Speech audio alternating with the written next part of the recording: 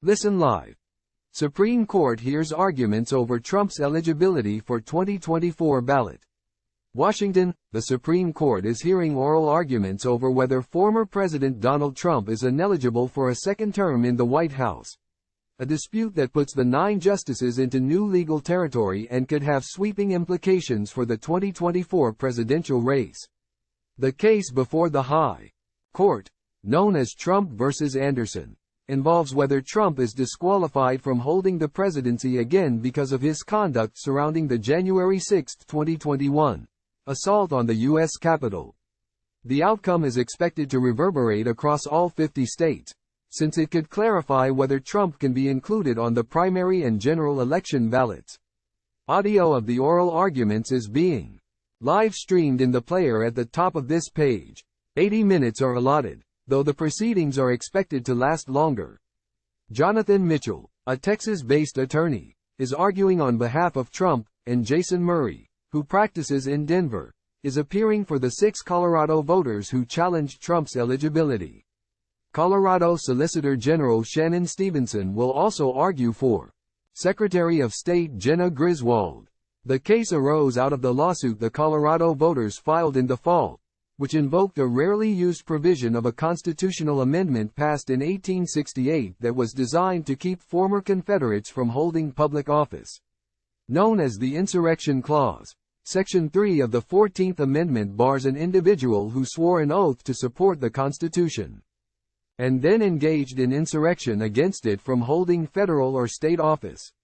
The voters claimed that Trump instigated the January 6 attack as part of his efforts to subvert the transfer of presidential power after the 2020 election, and therefore is disqualified from holding public office. The Colorado Supreme Court agreed, and issued a 4-3 decision in December concluding that Trump is ineligible for the White House and should be disqualified from the state's primary ballot.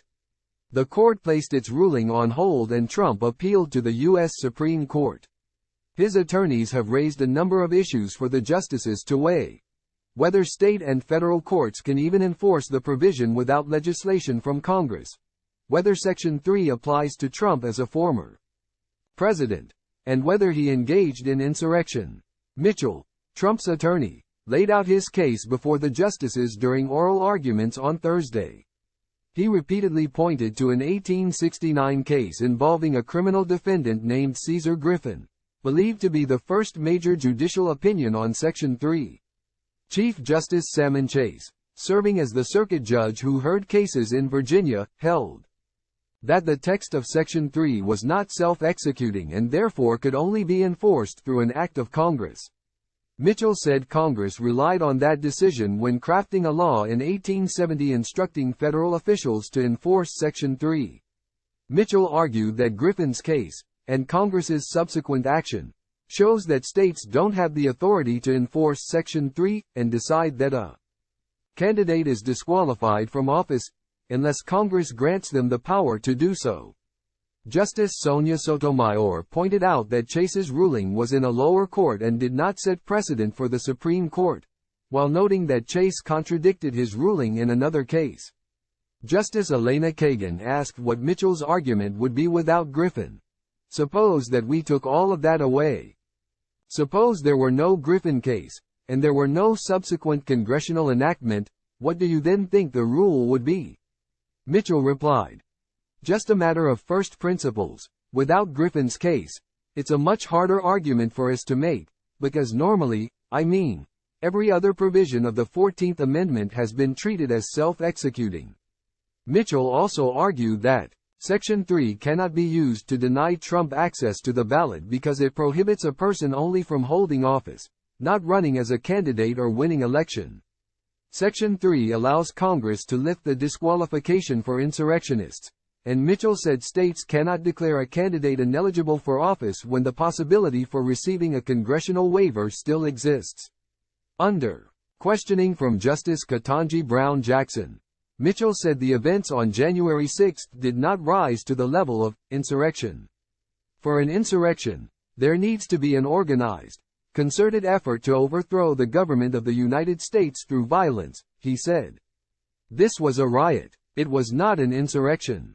The events were criminal, shameful, all those things, but they did not qualify as an insurrection as that term is used in Section 3.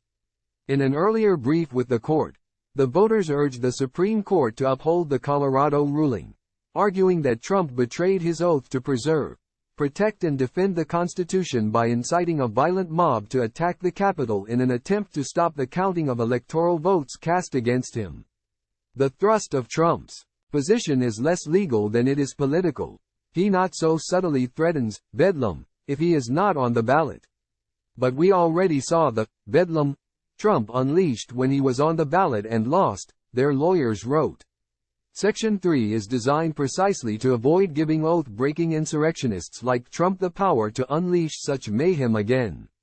The voters warned the Supreme Court against waiting until after the November election to determine Trump's eligibility, and said a decision finding that Section 3 cannot be used at this stage would be disastrous.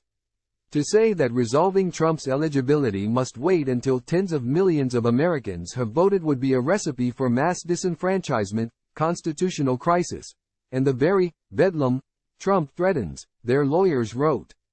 It's unclear how quickly the justices will issue their decision, though all parties have urged them to rule on Trump's eligibility swiftly.